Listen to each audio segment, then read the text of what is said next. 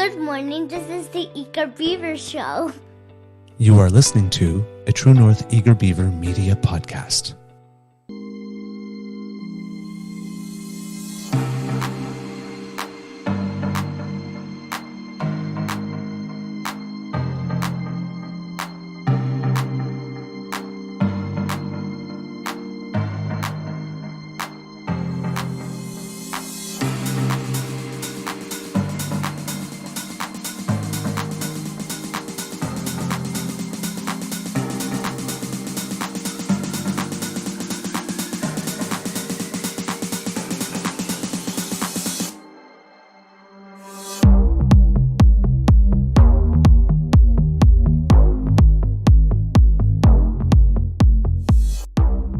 The True North Eager Beaver podcasts are proudly brought to you by our founding sponsors, the Miss V Mysteries from Corvid Moon Publishing, your source for science fiction, fantasy, and cozy mysteries featuring a broad diversity of characters. CanadianTarot.com, your uniquely Canadian online eclectic tarot community and forum, and The Peppermaster, hot pepper sauces made from fresh farm ingredients to thrill your taste buds and expand your mind.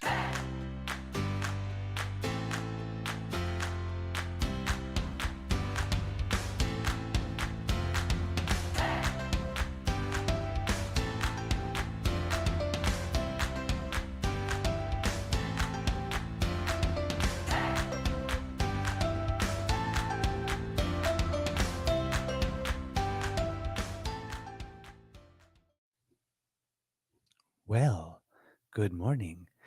And let's try that again. Welcome and good morning, kids. Welcome to the Daily Beaver Morning Show, episode number 228, season 3. I'm doing this all backwards this morning, it seems, here on the Crier Media Network. Yeah. You have Mr. Grizzly here looking fine. Today, recording day is Thursday. So flash in the cufflinks. Thursday, October 12th, 2023. But more importantly, day before opening night for yours truly. Pardon? Any jitters? I'm actually too tired for jitters. Understood. Yeah, it's the last 2 nights have been very, very, very, very short, and you could probably see it in my face. So hopefully today, between the show and the big rehearsal, where we move into the big theater with the whole orchestra pit and everything, where we're dealing with all the union people, so we have to be very, very quick and efficient because time is money in theater. Definitely, time is money in theater. Yeah, I'm going to need to, and it's probably going to be extra long today. So, yeah, I'm going to need a nap because 2 nights in a row working on about 3.5 hours sleep. Eesh. The last 2 days have been tough for yours truly, my friends. Only because, oh my God, I'm sounding like Doug Ford now. My kids, yeah, I said my friends. My kids, because I am, the last 2 days, I've had 3 anchors in my schedule, both at least 2 to 3 hours time. So the days have I've literally had an hour and a half each of the last 2 days that were fully mine for like doing stuff like eating and those washing silly yourself, little things. or going to the bathroom. So I'm actually kind of happy because yesterday was then, even though there's still a lot to do, the Tuesday and Wednesday were the big humps because I knew that the days were going to be completely full and there was no possible way that I'd be going to bed past midnight on either day. And then thrown into that, we had the biggest news story of the year here in Canada politics, with Doug Ford's government being Investigate. announced that it's being investigated by the RCMP, and then a few days before war. So it's y'all picked a fine time to get very busy, people. Of course they did. Yeah, like how freaking inconsiderate. Don't you know that the Queen has stuff going on? They don't care. You know that. They're all self-centered pricks. Tell you, Queen's work is never done, and good help is so hard to find. Anyway, Take your word for it. that's why I'm sticking with Mr. Grizzly. According to Mr. Grizzly, he's staff. Yeah, I am the staff. Yeah, we consider him a little more highly than staff. But whatever he says goes. He's the boss. When we're producing the show, he's God. So, all right, kids. Thank you to our sponsors, the Peppermaster, the Miss V Mysteries from Corvin Moon Publishing, and CanadianTarot.com. I'm your host, the Eager Beaver. Pronouns he, him. Hey, Mr. Beaver. And with me, as always, as you can hear, is my good friend, Mr. Grizzly. We have a nibble for you this morning. But Mr. Grizzly, how's your mental health today? I am feeling really good. Yeah, really good. 2 days in a row, feeling really good. I'm at about 95%. So And that's those big work days? yeah, oh yeah. Yesterday, Wow. yesterday was a 13-hour day in the office, no breaks. I mean, I ate, I had lunch, I had breakfast, and I had dinner, but I didn't have any. Like I was working the whole time, so it was like I'd be eating and working and eating. And I'm sure there's a lot of people who have white-collar desk jobs that can completely understand that. You got a tight deadline or a tight timeline or a tight work schedule. You just eat while you're working. So yeah, 13 hours yesterday, no real breaks, but that's fine. I don't mind. Today will be standard 8-hour, 9-hour day today. I guess, yeah, it'll be a 9-hour day today, and tomorrow regular stuff. So we're all good. Oh, is that like just this week that's going to be heavy like that?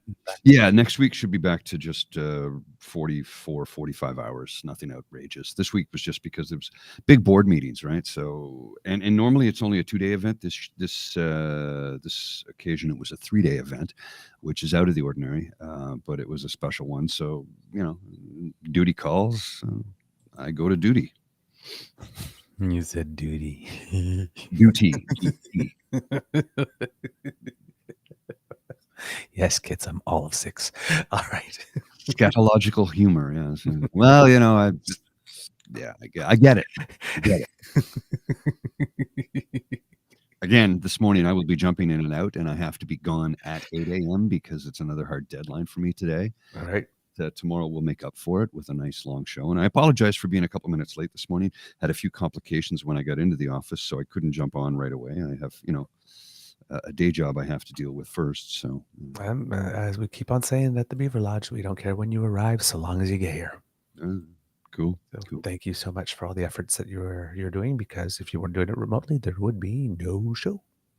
To answer your question, the Daily Beaver, it was great working with Greg Lawrence. Super easygoing guy, just chill as could be. He knew exactly what he wanted, but he wasn't a demanding individual. He's like, okay, we're going to do that take again because I need you to do it this way. I'm like, oh, okay, no problem.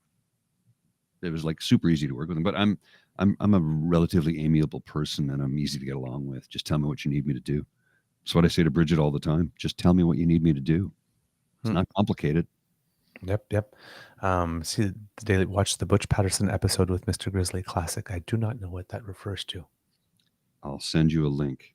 Okay. I appeared. The Butch Patterson Private Dick was a series on comedy. The Comedy Channel, I forget what it was called back then. This was in 1999. It ran for 3 years. It was shot here in Ottawa. It was written, directed, and produced by Greg Lawrence. Greg Lawrence is from Belleville. He grew up on the same street as John Chrisfaluzzi, the guy who did Ren and Stimpy, and another buddy of mine. I see his face. I can't think of his name right now. They all grew up on the same street. They all went into the arts. John being an animator, Greg being a writer, director, producer, actor, and my buddy being a producer and director. They all grew up on the same street in Belleville, and they all did very, very well for themselves. So that show was back in 1999. I did a couple episodes of it actually, but the one where I had a little bit more feature was the dance marathon episode where I was the DJ. Okay. So you can see me throughout the show, and then there's a close-up where I'm passed out on the turntables with a record in my hand. Then at the end, I'm asleep on the ground, and then Stuntman Stu, my buddy Stu, He comes over, wakes me up. I get up and I walk into the scene and I take a photo and I walk out of frame. And that's Okay. So that was that thing that you showed us an image of the other day. yeah. Back Okay. when I had hair, I had blonde hair. It was Yes. 1999. I mean, you know. Yes. Speaking of, you said like falling asleep at the turntable. Yesterday afternoon, I fell asleep right here. That happens. Right here. I was writing the descriptions for the last 2 days' shows. Mhm. And somewhere in the description for yesterday's show, while I was here typing, I fell asleep. And as of course I'm like listening to yesterday's show, well, skimming through yesterday's show in order to be able like to pick the subjects up, because I put the list of little subjects with like cute little names that we're Mhm. dealing with. So the show was still running. Apparently my beaver sweetie came home, walked Fantastic. through the door, heard the show still running. I was sitting here. Apparently, he said hello twice or 3 times before. I didn't hear anything and tried to like wake me gently with a nice little kiss, and did it. And then the third time he did, it was like, Sound asleep. Sound asleep. right through, right through the bulkhead. He scared me half to death. But yeah, I'm a tired beaver. When you fall asleep sitting up at the computer, and I wasn't even hunched over actually. Was that song by Night Ranger from Midnight Madness? When you close your eyes, do you dream about me? Well, I was hearing your voice, that's for sure. You're subliminally coming into my mind while I was sleeping. Close enough. I'll take that as a win. So, kids, if I start clucking like a chicken, for some reason, it's because Mr. Grizzly hypnotized me while I was out. My mellifluous speaking voice tends to have a way of doing that with people. Have you? Do you know that song by Night Ranger? From Midnight Madness? What's the title of it? When you close your eyes, do you dream about me? I don't think, not from the title. But it was the same. It was the same album that Sister Christian was on. Is it a ballad? No, Sister Christian is. No, not Sister Christian. When you close your eyes. No, it's when you close your eyes, do you dream about me? Nope, don't know that one. When you close your brick down. Anyway, it's a good song. Okay, Yeah. I will have to look it up. Jack Blades was the vocalist. All right. Right. Okay, so I know people want me to talk about this because there have been some requests. Talk about what? What's that? What you're talking about? Oh, our good friend Ski showing that he is not yet quite ready for the job.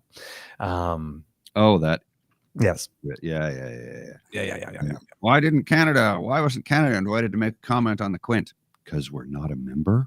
Yes. Usually I don't get invited to a club to make a comment about the club when I don't belong to it. Yes, indeed. So what happened is that during, and this is not a new play for the Conservatives, if you will remember. A couple of months ago, the United States signed that agreement with Australia for their use of their nuclear submarines, which kind of made France a little pissed off because they were about to sign a deal with Australia, and the United States just came in and said, how about you use these ones instead? So, and then they were all around going, why wasn't Canada included in this deal? And, the 3 or 4 nations that were part of that agreement was one that we were just not a part of and never part of. Well, this one, Pierre, while you have all this misinformation going on about the embassy being closed, you also had this. So they were, while this is going on, they're lighting 1,000 little brush fires. Of course they are. Right. And this was one of them. Over the weekend, anyway, it said, I don't know if you read it, specifically what PB said. Oh, well, hang on. I'll put it back up on the screen and I'll read it out loud for the folks who, it says, over the weekend, the White House gathered Germany, France, Italy, UK to agree on a joint statement on the Middle East. Justin Trudeau found out in the media. He is sidelined again. Okay. Now, they love to do this thing, right? The Prime Minister's been sidelined. He doesn't write. Everybody's laughing at him. We're such an embarrassment. Okay. So, it seems that not only was that going on through the Conservatives, but it was also happening through the news agencies, because the story had initially come out that there had been a G7 meeting to have a common statement condemning Hamas for its attack on Israel, and Canada had not been invited. So the opposition pounced on that story, but so did lots of media. And turns out that it wasn't a G7 meeting, but as Mr. Grizzly says, one of a group of countries called the Quint Nations. Now, as the name suggests, it's a group of 5 nations, right? That also happen to be among the G7 nations. But they're either nuclear power nations, like the United States, the United Kingdom, or France, or they are nuclear sharing nations like Germany and Italy, Canada, and Japan. Who's the other member of the G7 nation that nobody in Canada was wondering why Japan was left out? And whether or not that was an embarrassment for their country as well. Apparently was just for us, even though both of us were left out. Well, the Quint is 5 nations that share nuclear arms. We don't have those. That's exactly it. Canada and Japan are neither of those. We're not a member of Quint because we're not one of the 5 nations that has nuclear warheads. So now Yes. Polyev should know this, but once again, he should know this, but then again, he is an ignorant asshole. So likely he doesn't. So he had to try and make hay of something, which puts egg on his own face, because why would we get invited to make a statement for something we're not a member of? We wouldn't. Oh, I've got something else for you too. Okay. No. Whoa. Wait a second. Wait, don't do that. Don't do that. I have something else for you. I'm going to bring it up later, okay? Later. Something later. I've got it in the hopper for later on. You're going to love it. You're going to love it. Okay. Much later. Okay. It's an informal decision-making group, and it's linked to other big organizations, right? Oh, yes. These leaders discuss all the major international topics, participate in video conferences on meeting in other various forums such as NATO, the OSCE, the G20, the UN. If you're talking about foreign affairs, you should know what the Quint is. Now, in Canada, we hear about them very little because we're not involved. Exactly. We're not a member. So we have a situation where in the space of a few days, the person who's presenting himself to us as Canada's inevitable next prime minister has shown that after 20 years, because he likes to say after 8 years of Justin Trudeau, after 20 years of Pierre Poilievre in Parliament, he is not aware that a statement is by the group called the Quint. None of his party operations or research team or anything either bothered to take a look at it or deliberately just said, we don't care, we're just going to lie. But let's assume they probably didn't look at it because let's say they too thought it was the G7 thing. Again, it's the House of Commons incident all over again. Yes. Somebody said something, you took it as being true, you stood up and applauded in case of the House of Commons. Here in case you just jumped right on the bandwagon, let's just jump on our prime minister and create yet another international embarrassment for ourselves by showing that we have a nation that has a leader of an opposition who always introduces himself to people as His Majesty's loyal opposition, who for some reason keeps on being caught trying to humiliate or embarrass or debase his own nation in the international press. All the time. And this happens right on the heels of this guy showing us that he also cannot math by comparing a turkey in 2005, Yes. 2015, when he was in government, to a turkey in 2023, comparing a frozen turkey to a fresh turkey, like it's comparing a sale price to a regular price, and not even adjusting his price for inflation. He can't keep the word inflation or just inflation out of his mouth. After 20 years of Pierre Poilievre tabling one piece of legislation that was so horrendously bad that And other sunk as governments called government. it out. Sunk as government. Other governments called it out. Economists around the world said this is terrible. People within his own party said this is not good. I think 20 years of this guy's been enough. I think that's our new campaign slogan. 20 years of Poilievre has been enough, with zero legislation to show for anything that was worth anything, let alone that one piece that, sunk his government. Yep. So there's your soundbite, Liberal and NDP parties. But you have, like I said, he's this apparently financial genius who recommended Bitcoin and can't do a comparative price analysis from one year to another. He's an idiot. And he wants the purse strings. And now, apparent I was going to say apparent foreign policy expert, but he's not presenting himself as such at all. In fact, I remember a couple of days ago, he was making a comment, and I hope I can find it at some point so that we can play it for you. But he was sitting there, and remember when the Prime Minister was talking about monetary policy? And he said, I don't think much of monetary policy because, and he said a whole bunch of things, and then the Conservatives stopped that at, I don't think about monetary policy, and then they flipped that as saying it's not my business, or I don't care about it. And then they've been laughing at him all this time. But when it's not the Prime Minister's job to think of monetary policy, that's the Bank of Canada's job, and government is not supposed to influence the Bank of Canada. Just give them the data that they need so that they can do their analysis. Well, Poilievre was basically asked about the stuff going on around the world, and basically said, he prefers not to voice an opinion or something like this, or not interfere or meddle or comment about things going on in other countries. So it's Israel. Like, if there's one country in the world, the whole Western Bloc does things that will have a lot of us going, for every now and then, it's Israel. I mean, even Ukraine is worried at the moment that because everybody's now looking to Israel and trying to help it, that they're just going to forget it exists.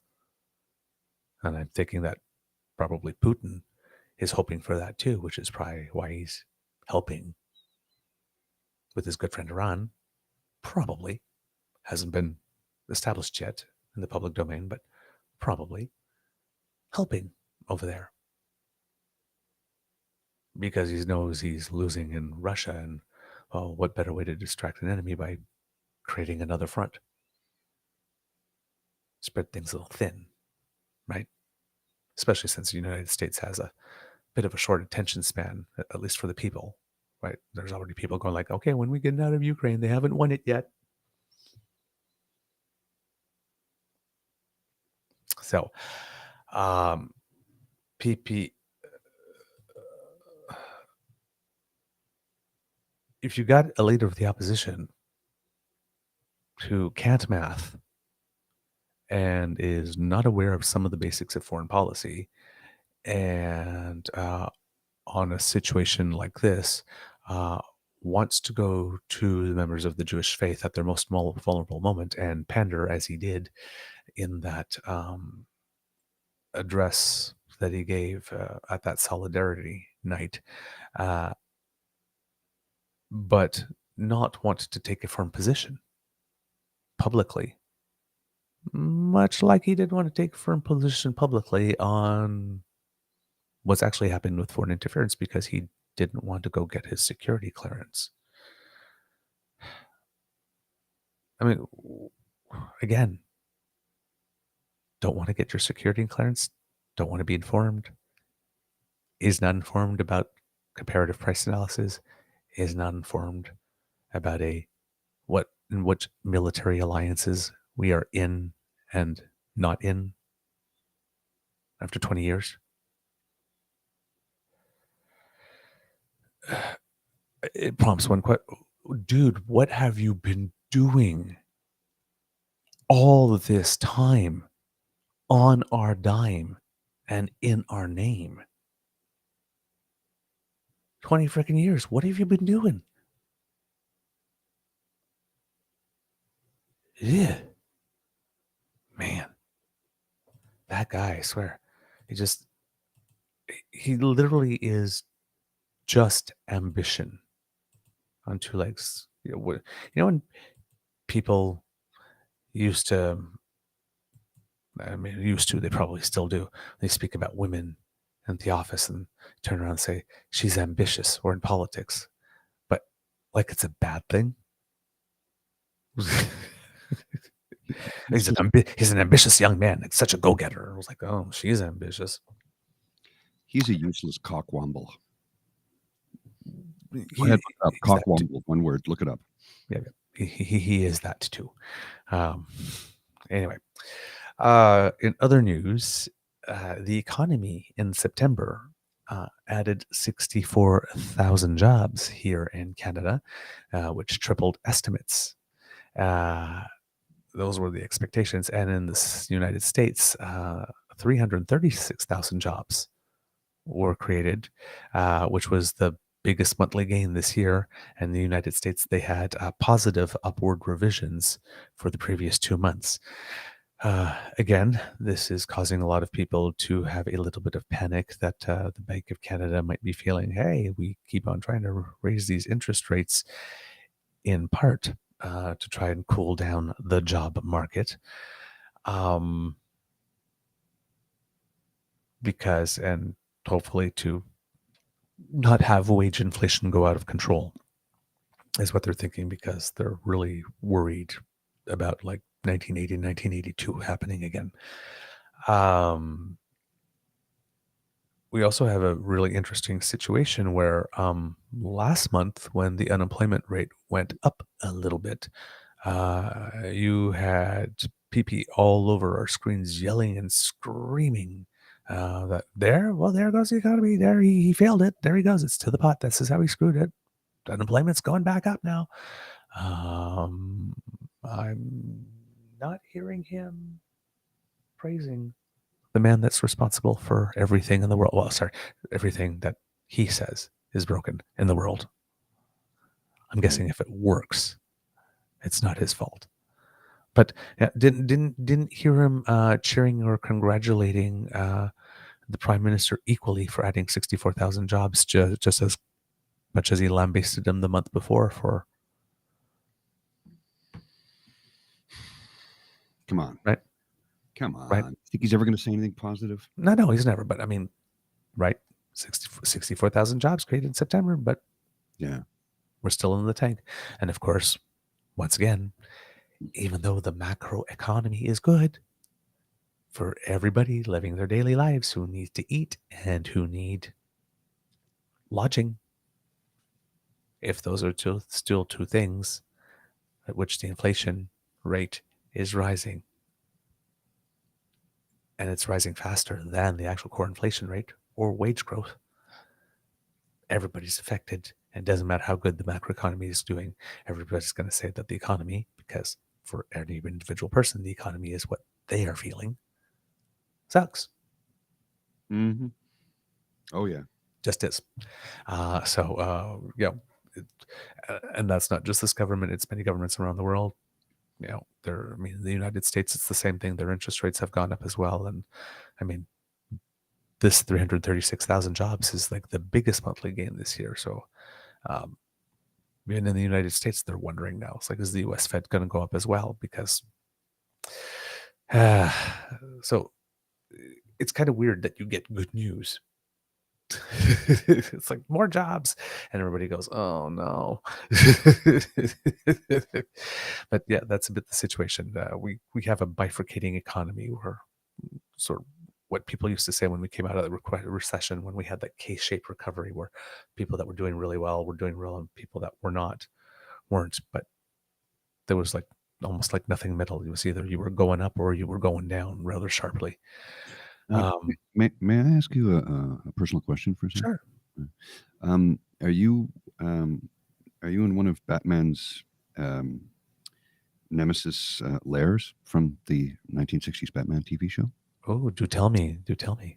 Well, you're crook.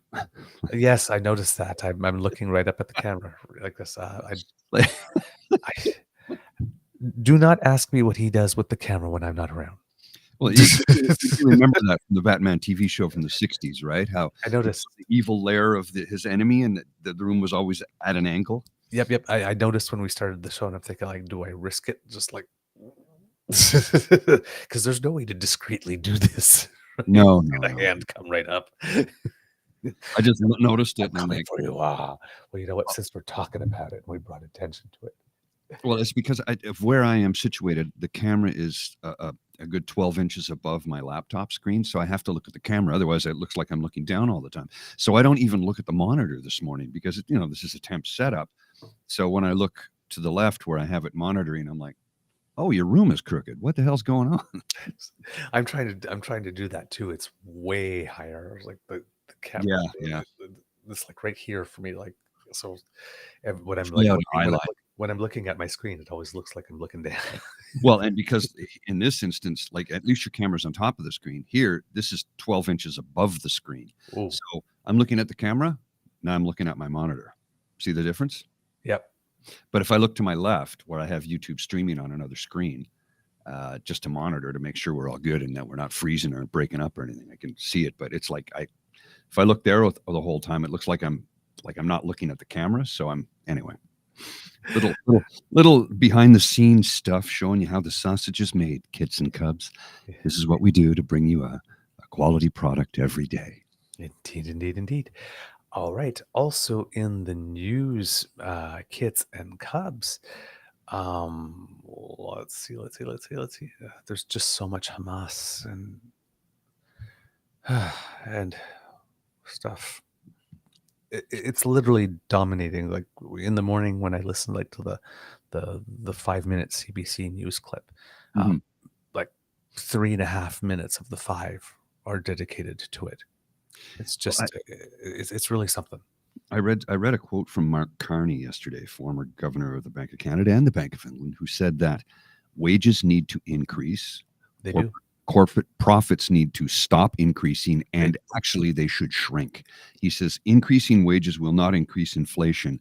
And his economic acumen, along with several economists around the world, back up what he's saying. Wages need to increase across the board. Corporate greed needs to come to a screeching halt, and they actually should reduce their profit margin down to an acceptable level, say 20% instead of 40, 50, 60. Greed is not good. Despite what many people seem to think. It's not. It's bad. And it harms every single human being on earth, except for those who are in power with all the money. Yep. Other things in the news, there was a meeting of the provincial health ministers in Charlottetown. It's a 2-day meeting, I believe, that's already started. I believe, I'm not sure, I can't remember if it started yesterday or the day before, but I believe that this is the second day. So they're discussing how they're going to grow the healthcare workforce. Mark Holland, who's now the new Minister of Health, says that this is his first meeting with all of his counterparts. He says we are still trying to catch up from the pandemic, even as it's left everyone feeling tired, stretched, and under-resourced. And he says that the priority now is bringing in new healthcare workers and retaining those who already work in the industry. And once again, the famous thing of foreign credentials, they keep on saying that they want to look at foreign credentials and make it easier, but they've never actually gotten together and actually developed something nationally that will help at that. And they are talking about creating pan-Canadian licensing process because, for example, if you're a nurse in your province, but you can't necessarily go work in another province. You have to qualify which each province's board. So they're looking at whether or not there could be a pan-Canadian licensing process, which would allow. It should be. I mean, it doesn't create more nurses, but at least it allows them to be mobile in cases, we need to move people quickly to a hot spot while we don't have enough nurses. So that could be a decent idea. There was still some people in the media trying to do with this story like the thing with the Quint as well, because health ministers met first. And I guess the the federal health minister maybe comes a little later, but when it was announced that health ministers are meeting, they go, well, and not with the federal minister? Who are they? And it's like, oh, God, come on, man. You got quotes on TV saying that, he's looking forward to his first meeting with them. Clearly he's attending. But sometimes there are first ministers meetings that do not include the federal, where they meet together to strategize, and then they have the one where the federal person comes on where they meet to beg.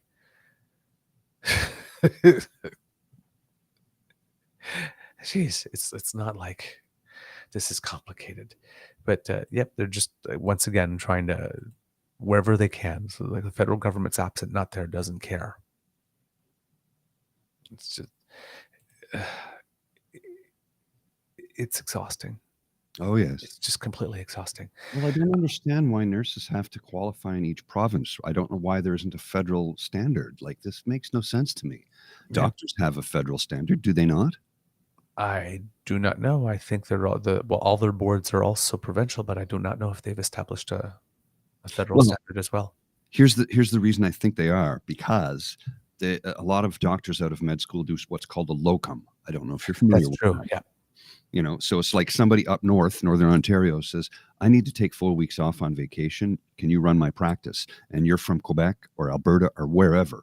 A lot of people go up to the Northwest Territories in Nunavut and the Yukon, and will do a locum, or go to Newfoundland. They will do a locum, in which case they're almost able to pay off their student loans, their medical school debt after about, if they do a year of locums, they're debt free and have money in the bank, because it's a money making scheme for them. Like it really, everything's taken care of, and they take care of patients, and they can go from one province to the next doing locums. It's a common practice. So that would lead me to believe that the doctors are federally licensed across the board. Mhm. You might, to set up a practice in a province, you might have to do some sort of see something like write an exam or do a board meeting or something. But to go work in another province, it's not a big deal. Yep. I'm don't have any knowledge whatsoever, but what you're saying makes a ton of sense on that one. So, Mr. Grizzly, you have a hard out at 8, and we have a couple of minutes, and you said you had something, so I will hand the floor to you. So, I can't give away what I know. I can't tell you exactly what I know, but I can tell you this. You know how Pierre Poilievre is constantly railing on about the carbon tax? The carbon tax, it's not a tax, it's a carbon regulatory fee. You know how he wants to erase it and axe it and get rid of it, and he wants to cut this and cut that and cut another thing? Mm-hmm. I can tell you with full knowledge that will blow up in his face if he tries to cut it, because that money is being used to be poured into green technology. And I can tell you right now, we have trillions of dollars of green technology in the pipeline coming over the next 5 to 15 years. That's all I can tell you. Suffice to say, I have it under absolute authority, unequivocally. That's going to blow up in his face if he tries to cancel that. So let him run on it, because were he to get elected by the people who are not versed on the crap that he spews, he's in for a shock when he discovers that the powers that be are not having what he's selling. They're not buying what he's selling. They're not having it. It'll blow up in his face. Interesting. Okay. Be interesting to see how that plays out. All right, kids, that's the end of this episode of the Daily Beaver Morning Show. We hope that you love listening to us, because we love making this for you, because sharing is caring and word of mouth is priceless. Please let your peeps and poops know about us and share the word about our show, because democracy is something that you do. If you have the ability to donate to the Red Cross, we would appreciate that, because it's always good to help if you are able to.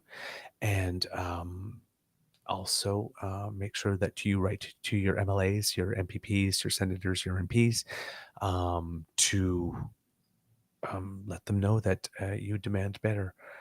Because again, today, nothing in the news snippet about Doug Ford. Nothing. Luckiest SOB on the planet, I tell you. It's being swept under again. Jeez. All right. If you would like to subscribe and not miss an episode, you can go to our Podpage site, our Podpage, which is sponsored by the Ray Girl. That's podpage.com/The True North Eager Beaver, all lowercase letters with a hyphen between each one of those words. And when we have something fresh off the bandwidth, we will come directly to you. We apologize for being a little late in getting the last two episodes out on the podcast, but as you've heard, both Mr. Grizzly and I have been doing 11 or 12-hour days, or maybe even a little bit more the last few. So we appreciate your patience. A couple of things slipped through the cracks during those periods, but we are thinking of you. And if you do like to subscribe to things, then you can make like Kit Elaine, who says right there, "Have a beyond awesome day, everyone, and remember to smash the button before you leave." And often Kit Elaine starts off the show. Remember, kids, if you smash the button now, you don't have to remember to do it later. So she's great because the planner people type and the more spontaneous people type, well, both of them get served. Elaine thinks of everyone.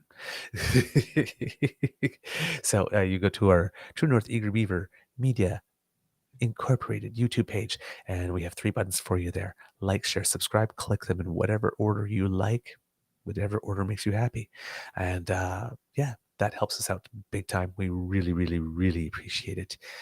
And if you would like to encourage us to do more because you think that we make a good product, or if you want to thank Mr. Grizzly for working so hard and going the extra mile, not only by doing the show remotely, but bring in the fashion, well, then you go to our coffee page. That's coffee, if you're listening, spelled ko-fi.com, ko-fi.com/eagerbeaver, lowercase letters, all in one word.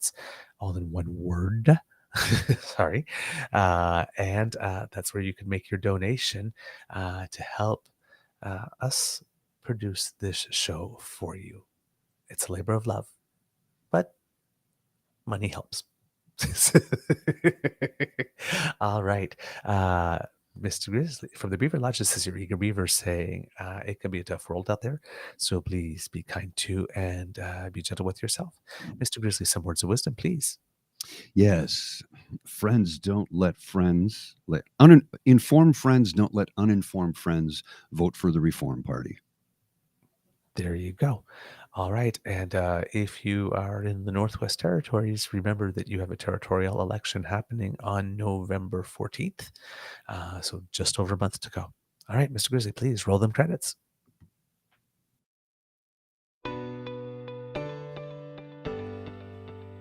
You are listening to a True North Eager Beaver Media Podcast. The True North Eager Beaver podcasts are proudly brought to you by our founding sponsors, the Miss V Mysteries from Corvid Moon Publishing, your source for science fiction, fantasy, and cozy mysteries featuring a broad diversity of characters. CanadianTarot.com, your uniquely Canadian online eclectic tarot community and forum.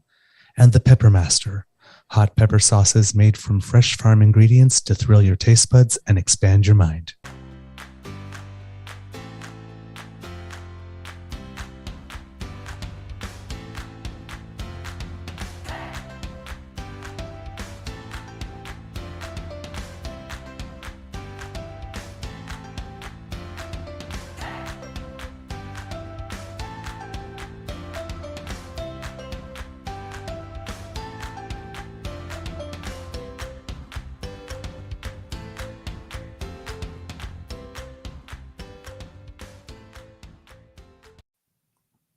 And before we go, just a little bit of Canadians who make us proud news. Canadian cyclist named James Piccoli finished third in a 5-stage race called the Tour of Hainan in China, and even won a stage along the way. So bronze medal performance for a Canadian cyclist. Way to go. Cool. All right, kids. Have a great day. And have a great day, you too, Mr. Grizzly. I'll be in Toronto Saturday. For those who want to meet up for a cup of coffee, just hit me a DM on the Twitter. See ya. Right.